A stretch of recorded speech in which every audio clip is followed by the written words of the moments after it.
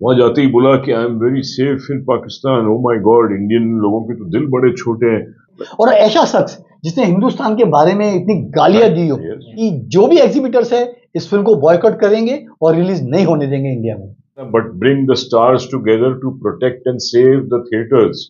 Hindi audience ने अगर KGF की तरह इसको लिया, सो यू नेवर नो, तो फिल्म डेफिनेटली 150-200 करोड़ बिजनेस कर पाएगी, कर सकती है। लेकिन ओपनिंग बिग स्टेटमेंट। हाँ। Hello one, my name is Digvijay, welcome to Bollywood प्रेमी। दोस्तों, यश राज की तरफ से बड़ी अनाउंसमेंट आई है अबाउट धूम फ्रेंचाइज। धूम 4 बनाने जाने वाले एंड काफी सारे बाकी के भी अपडेट्स है जो कि बॉलीवुड में हर रोज कुछ ना कुछ होते रहता है। तो इन सारे अपडेट्स पे बात करने के लिए हम आए हमारे एक्सपर्ट्स के साथ में, राजीव चौधरी जी एंड नरेंद्र गुप्ता जी। स्वागत है आप दोनों का टू बॉलीवुड प्रेमी। जान के लेंगे इनसाइड रिपोर्ट इन सारी बातों की। शुरुआत करेंगे धूम 4 से। राजीव जी, आपसे शुरुआत करना चाहूंगा। धूम 4 अनाउंस कर दी है आदित्य चोपड़ा ने। It's a very good announcement. Ranbir Kapoor as villain looks like Ranbir Kapoor as hero, क्योंकि आज विलन भी हीरो की तरह अट्रैक्ट करता है ऑडियंस को। विलन एंटी ये ऐसा नहीं होगा विलन की एकदम विलन विलन है। I think they will project him like a hero who is a villain. So it will definitely click. It's a beautiful news and मैं तो चाहता हूं कि मैक्सिमम मल्टी स्टार कास्ट बननी शुरू हो जाए, जैसे पहले होती थी। अमिताभ बच्चन, धर्मेंद्र, ऋषि कपूर, विनोद खन्ना, शशि कपूर। ये ऐसे क्यों नहीं हो रहा है? आज जरूरत है इंडस्ट्री को। कॉर्पोरेट वर्ल्ड ने आके पता नहीं क्या कर दिया था, सबको न्यूक्लियर अलग अलग कर दिया। जुड़ो, बचाओ इंडस्ट्री को। फिल्म में चलनी चाहिए। फिल्में तब चलेगी अगर आप थिएटर में बिगनेस लाओगे। सारे बड़े stars, I would request Shahrukh Khan, Salman Khan, Aamir Khan, even Ranbir Kapoor, Ranveer Singh, all should unite and make films. भले आपको सब्जेक्ट नहीं करेक्ट मिल रहे तो रीमेक्स बनाओ, अमर अकबर एंथनी बनाओ, त्रिशूल बनाओ, जो बनाना, but bring the stars together to protect and save the theatres. नहीं तो थिएटर्स बंद हो जाएंगे। थिएटर्स पे कोई ध्यान ही नहीं दे रहा। थिएटर्स को सब्सिडी की जरूरत है, थिएटर्स को टैक्स एग्जेम्पशन की जरूरत है। ओटीटी ने थिएटर्स का मर्डर कर दिया है। सब ओटीटी की तरफ नहीं तो डाइवर्ट हो जाएंगे। एक दिन आएगा थिएटर्स रियली बंद हो जाएंगे। धूम 4 बढ़िया अनाउंसमेंट है। कहाँ जा रहा है? आदित्य चोपड़ा एंड विजय कृष्ण, ये लोग दोनों लिख रहे हैं। सबसे पहले तो रणबीर कपूर को उनकी जन्मदिन की बहुत बहुत शुभकामनाएं। और दर्शकों को इससे बड़ा गिफ्ट मिल ही नहीं सकता कि धूम 4 का अनाउंसमेंट। बहुत बढ़िया है। धूम 1 आई थी 2003 में, जॉन अब्राहम विलन लेकिन हीरो, साथ में उदय चोपड़ा, अभिषेक बच्चन, अच्छा सपोर्ट किया। 2 में ऋतिक रोशन, ऐश्वर्या राय, बम्पर हिट। 2013 में पिक्चर डिसअपॉइंटिंग थी लेकिन आमिर खान थे, अगेन बड़ी हिट थी। और अब 11 साल के लंबे गैप के बाद एक फ्रेंचाइज रिवाइव होने जा रही है। आदित्य चोपड़ा के अनुसार ये इतनी बड़ी एक्शन फिल्म होगी ना, लोगों ने इसकी कल्पना तक नहीं की होगी। शुरू होने में वक्त है, करीब 1 साल के बाद शुरू होगी, क्योंकि अभी फिल्म वॉर 2 में लगे हैं जो अगस्त अगले साल रिलीज होगी, उसके बाद बननी शुरू होगी। लेकिन डेफिनेटली एक बहुत बड़ी न्यूज है इंडस्ट्री के लिए। और रणबीर कपूर स्पेशली सच ए टैलेंटेड एक्टर, वो डेफिनेटली धमाका करेंगे धूम 4 में। इसमें कोई दो राय नहीं किसी की होनी चाहिए। Yes, wildest happy birthday to Ranbir Kapoor because he is the animal killer. He will kill it, man. I am sure. So we are excited for Dhoom 4. अब मैं आता हूँ एक खबर जो राजीव जी आपने ही मुझे बताई, क्योंकि जी वाले एक फिल्म रिलीज कर रहे हैं पाकिस्तानी एक्टर्स को लेके, और कह रहे हैं कि हम बॉम्बे में प्रीमियर करेंगे। और यहाँ पे महाराष्ट्र में पाकिस्तान के एक्टर्स बैंड है, उनकी कोई भी फिल्म नहीं लग सकती। Legend of Maulana Jatt, why only Maharashtra? It should be banned all over India.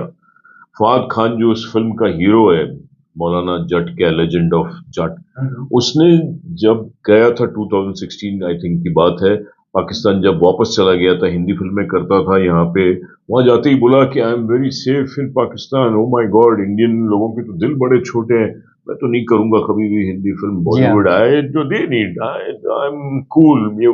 आज we should not encourage them, we should not entertain them. Film ये मेरे हिसाब से तो पाकिस्तान को बॉयकॉट करना चाहिए। Film, Pakistani film should be boycott because they don't accept it.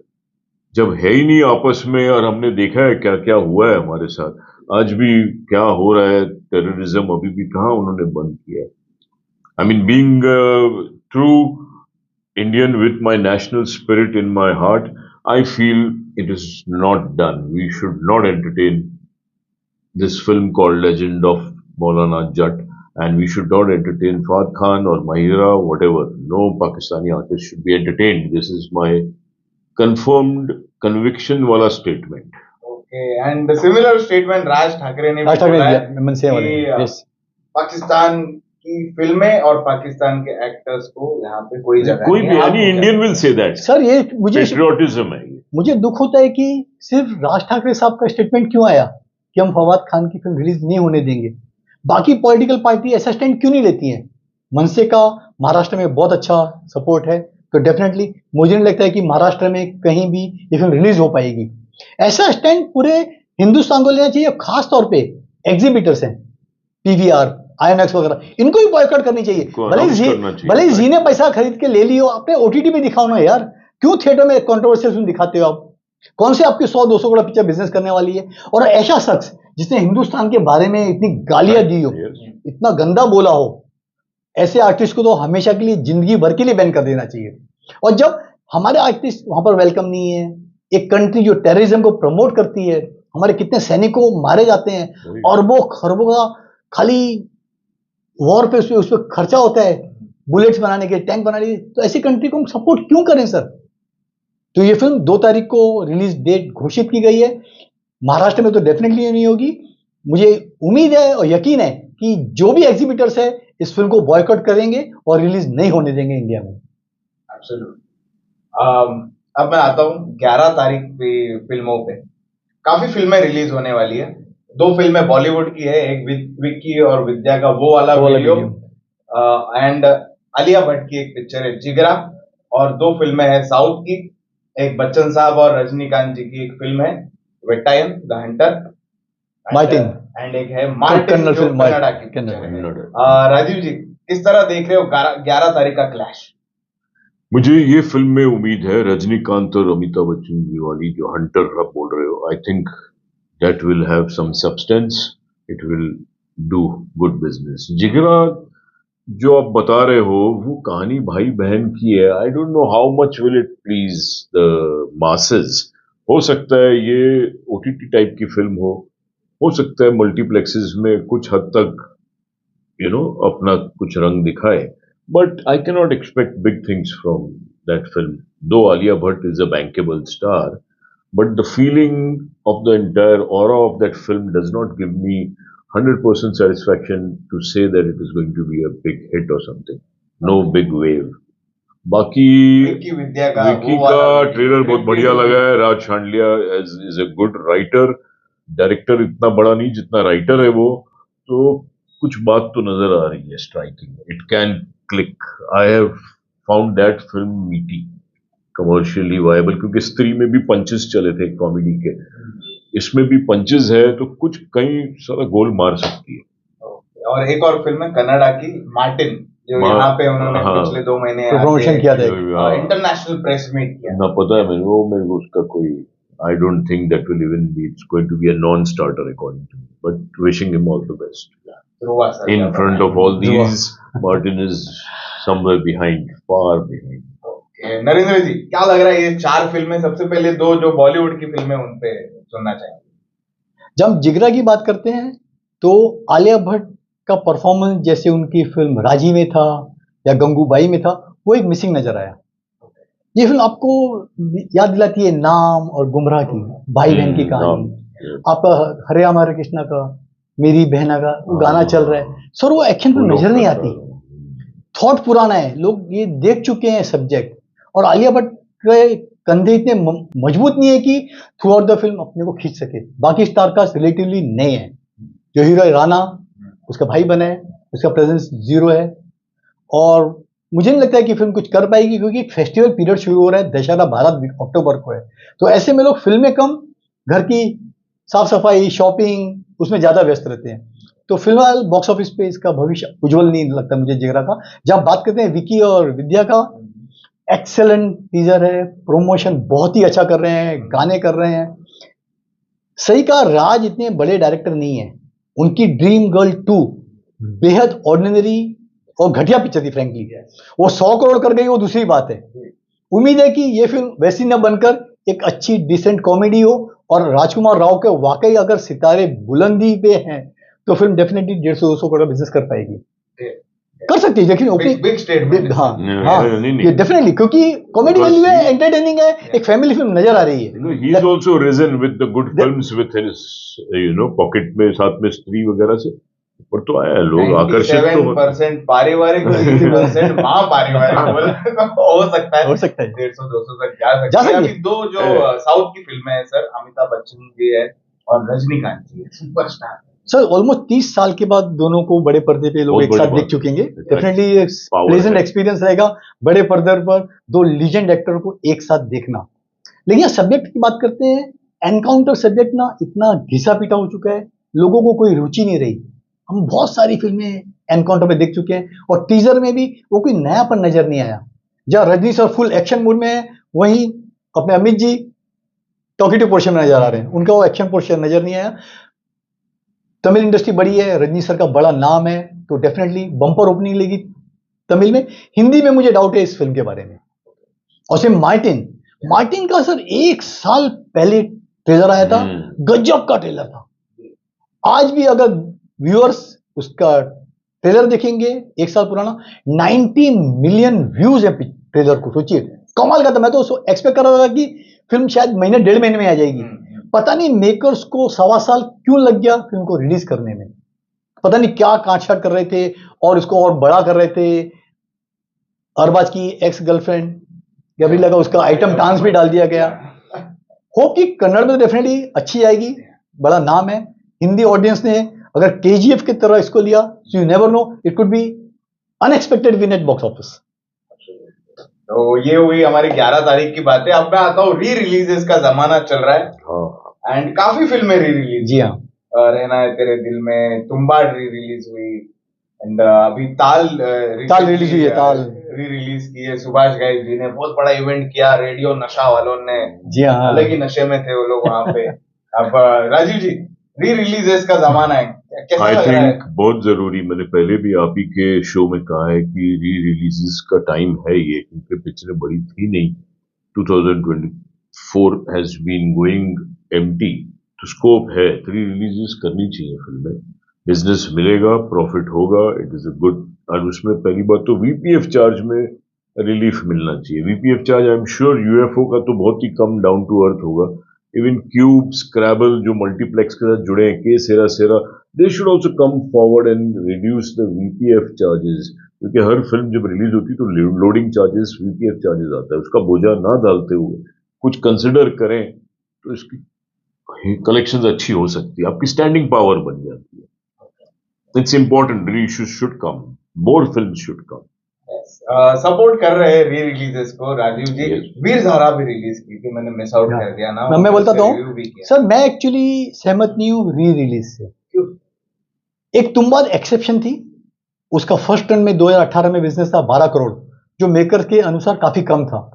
उन्होंने मेहनत करके प्रमोट करके री रिलीज किया, सरप्राइजिंगली बहुत बड़ी हिट साबित हुई है। फर्स्ट वीक का 13 करोड़, सेकंड वीक 9 करोड़, और थर्ड वीक भी 6-7 करोड़ की उम्मीद की बिजनेस की जा सकती है।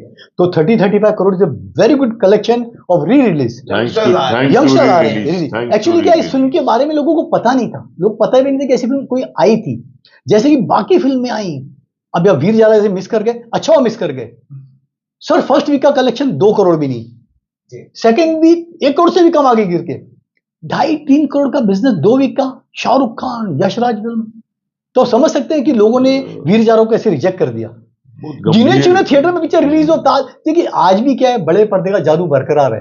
अगर मैंने 20-25 साल पहले वीर ज़ारा या ताल देखी हो, चलो मैं देखना चाहूंगा बड़े बड़े वापस कैसी लगती है, तो कुछ नॉस्टैल्जिया वैल्यू रहती है, लोग चले जाते हैं। लेकिन अगर सोचा जाए कि हम इसको 500-700 स्क्रीन में रिलीज करके बड़े बिजनेस की उम्मीद करें, वो मेकर्स वाकई मतलब धुनगी में अपने पता नहीं चरस गांजा खा के सोच रहे हैं कि भैया ऐसी फिल्म को री रिलीज करें। उनको इतना जबरदस्त लॉस होगा ना, भूल जाएंगे री रिलीज करना, नाम ही भूल जाएंगे। अभी ऐसी ऐसी फिल्में री रिलीज हुई हैं, पता नहीं कब आई कब उतर गई। रहना है तेरे दिल में, और रितेश देशमुख की तुझे मेरी कसम, अरे क्या हो गया क्या यार। फिल्में अच्छी हिट आनी चाहिए। हिट क्या सर, शोले अगर री रिलीज हो तो चलेगी। अरे हिट नहीं, शोले भी 3D में बनाई थी, क्या डिजास्टर गई थी। अभी 49 ईयर्स के बाद एक शो हो गया, चलो चले गए लोग, लाइन में खड़े हो गए, एक शो में दूसरी बात है। सब प्रॉब्लम क्या है, आज आपको यूट्यूब पे जाइए, ओटीटी पे जाइए, आपको कौन सी फिल्म नहीं अवेलेबल है, तो क्यों लोग जाएंगे 200-500 रुपया थिएटर में खर्च करके पुरानी फिल्म देखने के लिए? आपने उसको समझो जैसे हम दोनों का था, अपग्रेड किया उसको, तो लोग चलो देखने चले भी जाए। बाकी बड़े पैमाने पे री रिलीज करना मेकर्स के लिए वाकई सुसाइड करने जैसा है, ये आपको आने वाले दिनों में पता चल जाएगा। इसीलिए मैंने कहा ना कि सब्सिडाइज्ड होने चाहिए रेट्स, आपको वीपीएफ चार्ज 50% होना चाहिए, loading charges, even theatre should promote with promos, तो there if good films are there like big films जो ब्लॉकबस्टर्स थी, वो फिर अट्रैक्ट करेगी ऑडियंस को। पिक्चर नहीं होती तो क्या करोगे आप? पिक्चर है तो मत आओ, खाली जा रहा है सब कुछ तो फिर आ जाओ। और हम एक शायद फिल्म मिस कर रहे हैं, शायद कंगना दीदी आ जाए 11 अक्टूबर को। अच्छा। वो फिल्म है इमरजेंसी, एक और पिक्चर है इमरजेंसी शायद आ जाए, क्योंकि 30 सितंबर को बॉम्बे हाई कोर्ट में सुनवाई है। 16 कट्स 13 कट्स सजेस्ट किए हैं सेंसर बोर्ड ने। उन्होंने संत, भिंडरा वाले, खालिस्तानी ऐसे वर्ड निकालने को कहा है, और कंगना को बोला है जो रियल फुटेज आपने फिल्म में दिखाई है उसका हमें प्रमाण दीजिए और लिखिए कि ये रियल फुटेज कहां से आपने ली, क्या किया। और भी बहुत सारे तथ्य मांगे हैं। अगर वो मीट करती हैं जी स्टूडियो और कंगना जो फिल्म की प्रोड्यूसर हैं, तो संभवतः कैश करने के लिए वो भी 11 अक्टूबर को फट से रिलीज कर दें, क्योंकि प्रमोशन ऑलरेडी कर चुकी है, लोगों को पता है इमरजेंसी है। तो क्वाइट पॉसिबल 30 तारीख को अगर बॉम्बे हाई कोर्ट क्लियरेंस दे देती है पिक्चर को, तो शायद 11 तारीख को आपको इमरजेंसी भी देखनी पड़ जाए। सर एक और फिल्म ऐड हो जाएगी 11 तारीख को। We wish her all the best, आना चाहिए। हो सकता है आगे पीछे करे हो, मगर सेंसर एटलीस्ट सर्टिफिकेट ले ले। देखिए मानना चाहिए जो टर्म्स कंडीशन सेंसर ने दिए 13 कट्स के बारे में, वो कितनी फास्ट लोग सबमिट करते हैं बॉम्बे हाई कोर्ट को कि भैया कितना ऑथेंटिक हमने डॉक्यूमेंटेशन किया है, जो फुटेज ली है बहुत सारी इमरजेंसी के दौरान वो सही है, जो कट्स उन्होंने कई सारे वर्ड्स विप करने को बोले हुए, तो थोड़ा लेंदी प्रोसीजर है। हो जाता है तो वेल एंड गुड, नहीं तो इंतजार कीजिए सर। तो इतनी बड़ी मौकरी है नहीं, लेकिन sensor board for feature films, theatre का वैसे ही बिजनेस गिरता है, और ओटीटी में कुछ सेंसर नहीं है। ओटीटी को इतना बढ़ावा दिया जा रहा है कि मर्डर करे जा रहा है थिएट्रिकल का, बल्कि थिएट्रिकल में सेंसर होना ही नहीं चाहिए और ओटीटी को सेंसर लगना चाहिए। अभी दिनेश विजन इतने बड़े प्रोड्यूसर हैं, सच अ बैड थिंग है। उनकी सेक्टर 36 आई है, विक्रांत मैसी बड़ा एक्टर बन चुके हैं 12th फेल के बाद। क्यों ऐसी बेहुदा फिल्म बनाते हैं यार? भले ही बोल रहे हैं कि crime thriller number 1 on OTT, कितनी गंदी लैंग्वेज यूज की है क्लाइमैक्स में, आप फैमिली के साथ नहीं देख सकते सर। अब विक्रांत मैसी जैसे एक्टर एक फैमिली एक्टर बन चुका है 12th फेल के बाद, लोग देखना चाहते हैं, और जब फाइनल क्लाइमैक्स में 10-15 मिनट इतना गंदा सीन देखते हैं, आपको घिन आती है ऐसी फिल्म देखने से सर। और छोटी फिल्में डेफिनेटली अच्छी बनती हैं, प्रॉब्लम में चलती नहीं है। 1000 करोड़ का बिजनेस किया बोलते हैं कल्कि ने, 600-700 करोड़ किया एनिमल ने। ये फिल्म में ऑस्कर के लिए रिजेक्ट कर दी गई। एक छोटी सी फिल्म जिसे 15-20 करोड़ का बिजनेस किया, लापता लेडीज, वो सिलेक्ट होती है ऑस्कर के लिए। तो heads off to Aamir Khan and Kiran Rao for making such a wonderful film. तो ये नहीं कि आपने बड़ी फिल्म बना दी 400, 500, 600 करोड़ की, वो ऑस्कर को जाएगी, नहीं सर। आज की डेट में अभी भी कंटेंट रूल करता है, और कंटेंट अच्छा है तो फिल्म डेफिनेटली ऑस्कर जाएगी। और आमिर खान का अच्छा खासा तजुर्बा है लगान को ऑस्कर तक ले जाने का, क्वाइट पॉसिबल ये नेक्स्ट लेवल पे जाके शायद ऑस्कर जीत पाए इंडिया की तरफ से। चलिए देखते हैं दोस्तों, ये थे सारे अपडेट्स जिन पे हमें लगा कि हमने बात करनी चाहिए। 11 तारीख की जो फिल्में आने वाली है, उस कौन सी फिल्म के लिए आप ज्यादा इंतजार कर रहे हो, ये जरूर हमको कमेंट सेक्शन में लिख के बताना। एंड मिलेंगे वापस जब आगे के कुछ यूनिट्स रिलीज होंगे हमारे बॉलीवुड के आने वाली फिल्मों के, और ऑनेस्ट ओपिनियंस हम जान के लेंगे हमारे एक्सपर्ट से यहाँ पे आके। ये देखिए बहुत ब्रूटली ऑनेस्ट बात करते हैं हम, एंड दिल से बात करते हैं। और आप लोगों का मैं शुक्रिया करना चाहूंगा क्योंकि आपने इतने कमेंट्स किए कि कहाँ है इनसाइड रिपोर्ट शो, एंड आप दोनों को भी मैं थैंक यू बोलना चाहूंगा, आपने अपना प्रेशियस टाइम दिया। All the best, thank you. Thank you.